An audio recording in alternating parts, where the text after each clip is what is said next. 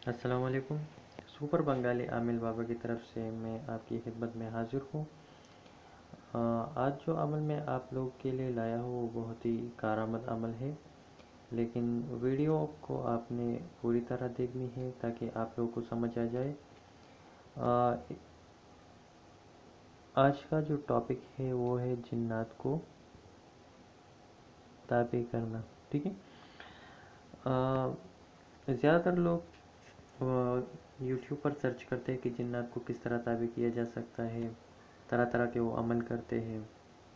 लेकिन आज जो अमल मैं आप लोगों को बताने जा रहा हूँ वो अमल आज तक आप लोगों को किसी ने नहीं बताया होगा। मेरे ख्याल में किसी के पास ये अमल नहीं होगा, लेकिन जिस तरह मैं आपको बताता चलूँ उस तरह आप लोगों ने करना है ताकि आपको इस अमल में कामयाबी मिले।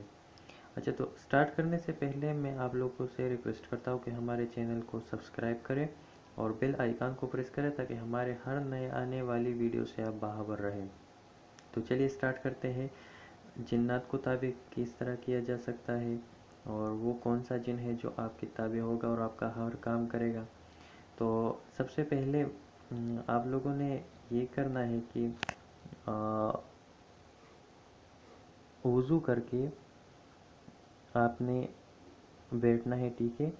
और आयतुल कुर्सी एक दफ़ा पढ़नी है, आयतुल कुर्सी एक दफ़ा पढ़नी है। ठीक है। आप लोग ये पॉइंट अपने जहन में रखें। ठीक है। जिस तरह मैं आपको बता दूँ उसी तरह आपने करना है। उसके बाद आपने उल्लू तो देखे होंगे, उल्लू जो परिंदा है एक उड़ने वाला, रात के वक्त होता है। ये इस परिंदे को आपने पकड़ना है। ठीक है। और उल्लू की जो आंखें होती है, नंबर 2 पॉइंट पे मैं लिखूँगा, उन उसकी जो आंखें होती है उसको निकालनी है।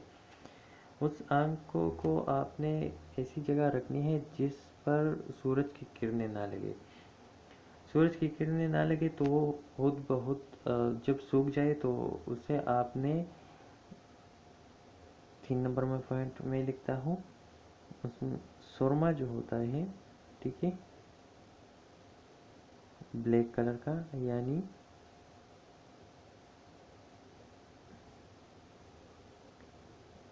डार्क जो होता है, ठीक है, उसमें डालनी है और उसमें पीसना है। उसके बाद आपने ये करना है कि उस पर 40 दफ़ा सूरह जिन, 4 नंबर पॉइंट में लिखूँ, सूरह जिन, ठीक है। ये 40 दफ़ा सूरह जिन उस पर पढ़ना है और दम करना है। 40 दफ़ा जब आप उस पर दम करोगे तो आप जब वो सुरमा अपने आंखों में लगाएंगे तो आपको जितने भी इंसानी आंखों से जो चीज़ें गायब रहती है वो आपकी नज़र में आएगी, आप लोग उसको देख सकते हैं। लेकिन इससे मैं पहले आपको ये बताता चलूँ कि आपने ये काम करने से पहले इजाज़त ज़रूर मांगनी है। ठीक है। ताकि मैं आपको और भी तरीक़ा बता दूँ। इजाज़त में इसलिए हर वीडियो में आपसे कहता हूँ कि इजाज़त मांगे ताकि आप लोगों को कोई नुकसान ना पहुँचे। इसमें भी बहुत सारा खतरा है। ठीक है।